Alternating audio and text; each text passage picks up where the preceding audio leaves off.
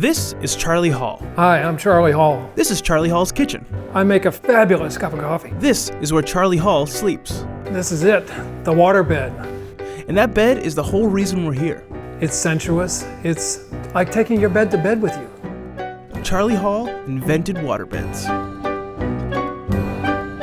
I currently own 3 waterbeds.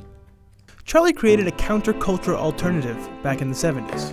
Remember the 70s and fern bars? It was like for the groovy people. Right. You're too young for fern bars. In the 80s, they were as mainstream as they can get. You could walk into any store in America and buy a waterbed. How groovy is that? At their peak, more than 1 in 5 of the beds sold in the United States were filled with water.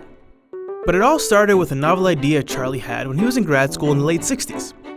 He had an assignment to analyze and improve human comfort. So I talked to physical therapists and doctors, and a whirlpool bath came up as a frequently mentioned item about soothing temperature and water. Charlie's first prototype was a chair filled with Jell-O. But there was a problem. That was 300 pounds and not terribly practical around your living room unless you had a forklift.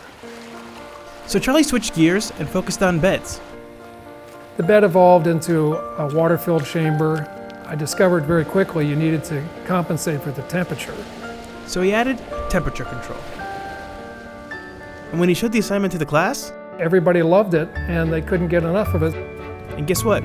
Charlie got an A. The original waterbed patent.